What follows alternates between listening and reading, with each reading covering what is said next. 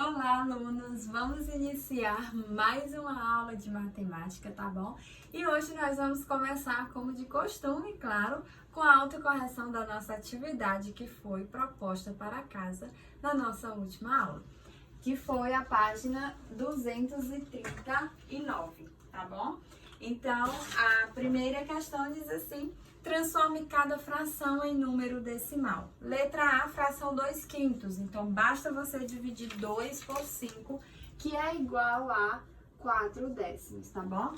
Letra B, 12 oitavos, que é igual a 1 inteiro e 5 décimos. Letra C, 8 quintos, é igual a 1 inteiro e 6 décimos. Letra D, 3 sextos, que é igual a 5 décimos. Letra E, 9 meios, que é igual a 4 inteiros e 5 décimos. E letra F, 11 quartos, que é igual a 2 inteiros e 75 centésimos, tá bom? Segunda questão, indique qual é o número correspondente a cada letra apresentada na reta numérica. Então, letra A, basta vocês contarem, corresponde a 4 décimos. Letra B, 1 inteiro e 8 décimos.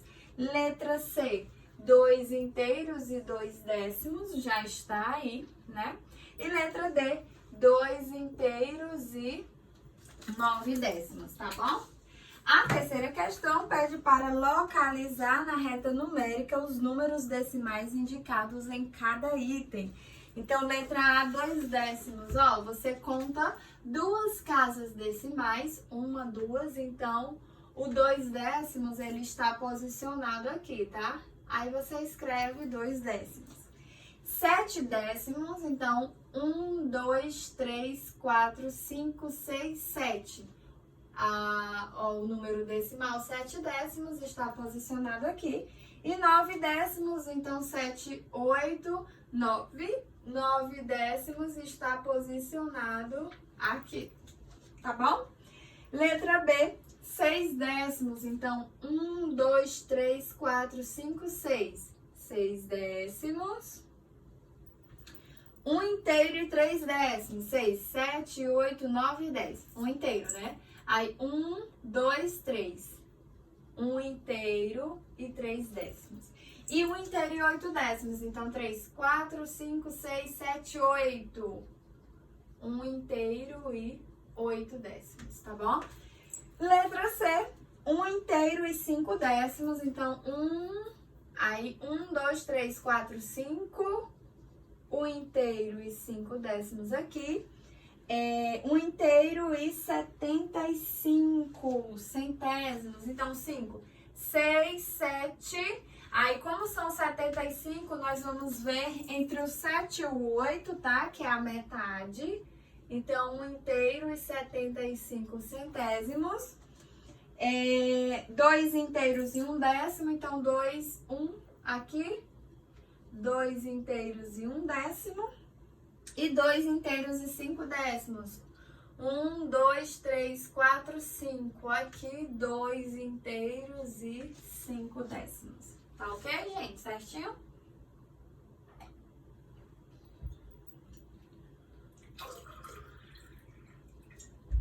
Então, basta contar as casas decimais, tá bom?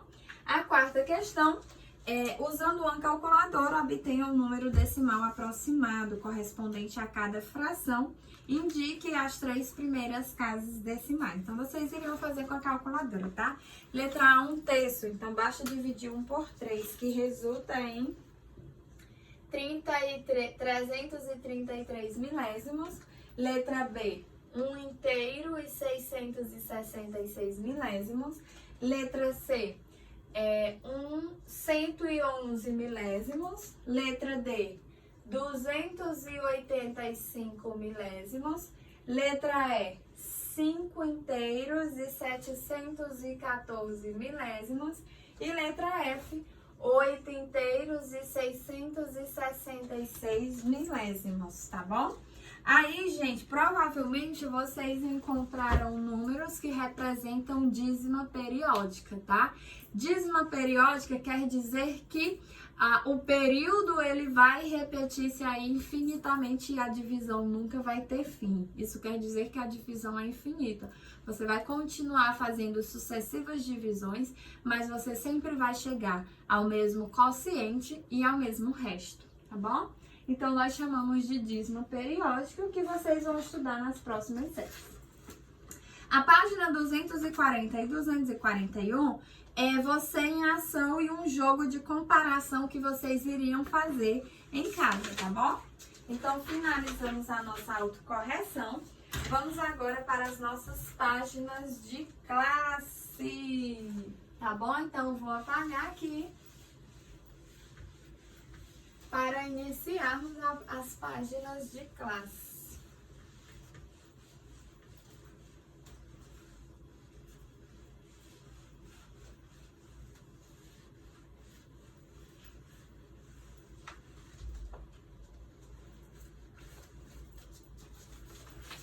Então, classe, página 242 a 244, 246 e 248, certo? Então, gente, na página 242 nós temos a abertura da unidade 4, que vai falar sobre os sistemas de medidas e a probabilidade, tá bom? Então, nós vamos começar com os sistemas de medidas. E aí, na página 244, nós temos a abertura da unidade 12, que fala sobre as medidas de tempo, tá bom? Então, primeiro aí, tá falando sobre o segundo. O que nós sabemos, né? Que nós utilizamos... Eu vou fazer a leitura. Para medir o tempo na antiguidade, as pessoas observavam a passagem dos dias, das noites e das estações do ano. Os antigos egípcios utilizavam um relógio de sol, nele observavam o movimento da sombra produzida pelo sol no decorrer das horas. Hoje em dia, muita gente usa o relógio de pulso. Então, gente, o relógio, ele marca as horas, tá bom? Como vocês já sabem, o relógio marca as horas do dia. E aí, nós sabemos que o relógio, ele vai marcar as horas, os minutos e os segundos, tá bom? Essas são as unidades mais utilizadas no relógio. E aí, nós sabemos que 1 hora corresponde a um período de 60 minutos. Nós sabemos que 1 minuto corresponde a um período de 60 segundos, tá bom? E nós sabemos também que um dia corresponde a um período de 24 horas. Então, um dia possui 24 horas, 1 hora possui 60 minutos e 1 minuto possui 60 segundos, tá bom?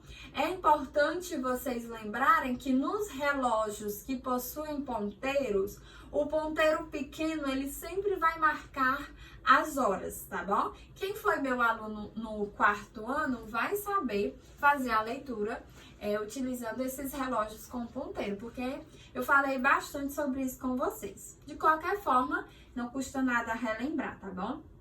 Então, o ponteiro pequeno, ele sempre vai marcar as horas. O ponteiro grande, ele sempre vai marcar os minutos. E o ponteiro diferenciado, que é o ponteiro que rotaciona mais rápido, normalmente ele é vermelho ou então ele é mais fino, tá? Ele é diferente dos outros ponteiros.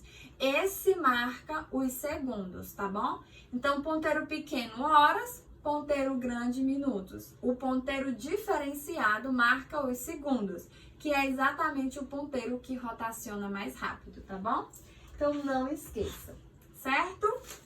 Na página 246, nós temos outras medidas de tempo, né?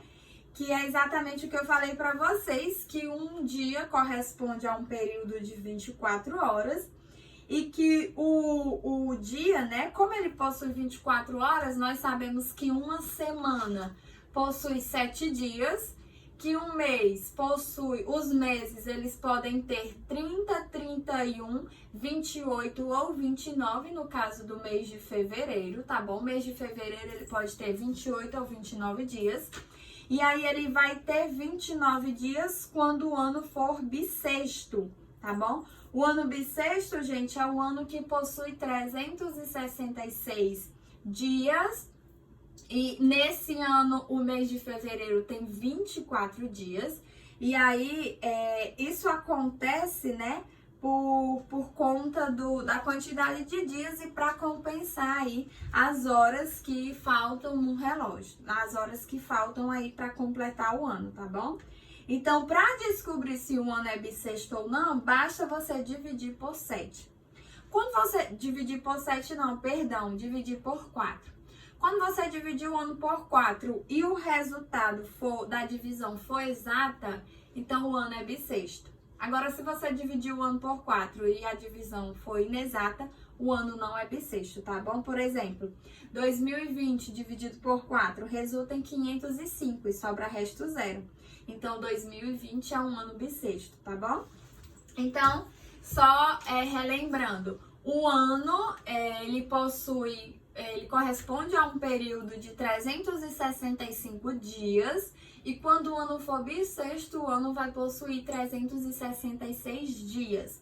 E o ano é bissexto quando o mês de fevereiro possui 29 dias, tá bom? Porque nos anos não bissextos, o mês de fevereiro possui apenas 28 dias. Os demais meses, eles vão intercalando entre 30 ou 31 dias, tá bom? Quando estivermos falando sobre mês comercial, que é o mês padrão, normalmente utilizados nas atividades, nas questões, nós vamos estar nos referindo aos meses que possuem exatamente 30 dias, tá bom? Então, o mês comercial é o mês padrão, é o mês que possui 30 dias, não esqueça, certo? Então, sabemos que uma semana possui 7 dias, que um mês possui 30, 31, 28 ou 29 dias, que um ano possui 365 ou 366 dias. E aí é importante relembrar que um bimestre corresponde a um período de 2 meses, um trimestre corresponde a um período de 3 meses, um quadrimestre corresponde a um período de 4 meses e assim por diante.